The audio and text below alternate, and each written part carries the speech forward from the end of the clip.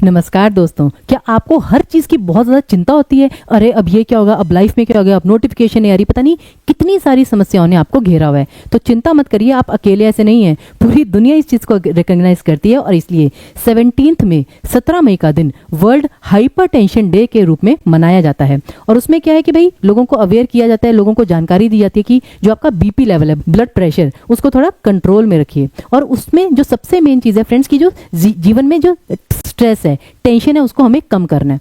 और इसमें मैं आपको एक छोटी सी बात बस ये कहना चाहूंगी, देखिए दो स्थितियां हो सकती हैं कि टेंशन हर एक की जिंदगी में है, बहुत सारी टेंशन है भाई, घर चलाना है, जॉब नहीं मिल रही, नोटिफिकेशन नहीं आ रही। तो ऐसे में दो ही स्थितियों पर विचार कीजिए। एक तो वो चीज है कि आपके जीवन में जो टेंशन है उसका कोई सॉल्यूशन आप निकाल सकते हैं। जैसे कि कोई टेंशन है कि कोई व्यक्ति हमें हमेशा गलत बोलता रहता है, तो या तो उसके बारे में थोड़ा सा उसे इग्नोर करना स्टार्ट कर दीजिए, नहीं तो आप अपने यूजफुल काम में लगे रहिए, वो इंसान अपने आप बोल के चुप कर जाएगा। तो इसमें सबसे पहला जो स्टेप है फ्रेंड्स, मैं आपको बताना चाहती हूँ, सबसे पहला स्टेप है उस टेंशन को स्वीकार कीजिए, एक्सेप्ट कीजिए कि हाँ हमें ये चिंता है। अगर आप उसे इग्नोर करने का प्रयास करेंगे तो वो और बढ़ती जाएगी। तो पहले उस चीज को एक्सेप्ट करके, ठीक है, उस चीज के ऊपर विचार कीजिए। अगर आप उसे सॉल्व कर सकते हैं तो थोड़ा समय देकर उस पर विचार कीजिए, सॉल्यूशन निकालिए। और दूसरी स्थिति क्या है कि आप उसके बारे में कुछ नहीं कर सकते। फॉर एग्जाम्पल पेपर की नोटिफिकेशन, भाई नोटिफिकेशन आ ही नहीं रही, अब उसके बारे में सोच सोच के पागल थोड़ी ना हो जाएंगे।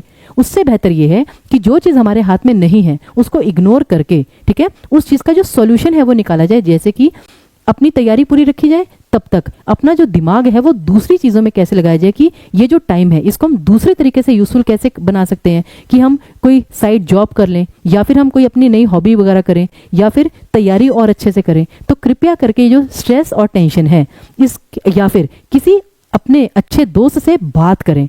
कब क्या होता है कि आजकल ये टेक्नोलॉजी के ज़माने में हम बहुत ही कम बात करने लगे हैं। हम सिर्फ और सिर्फ अपने मोबाइल में, लैपटॉप में, काम में घुसे रहते हैं। हम किसी से अपने विचारों को अभिव्यक्त करते ही नहीं हैं। तो फ्रेंड्स ये सबसे खतरनाक बात है, क्योंकि जब तक आप अपने विचारों को किसी के साथ शेयर नहीं करेंगे तो वो एक कहते हैं ना, वो बुलबुला बनकर आपके दिमाग में चलता रहेगा, चिंताएं बढ़ती रहेंगी, और वो चीज़ हमें नहीं करनी है। और खैर कभी कभी ये भी होता है कि भाई कोई हमारी बात समझ ही नहीं रहा, तो ठीक है, वो भी टोटली फाइन कि आप अपनी बात अपने मन तक रखना चाहते हैं, ठीक है।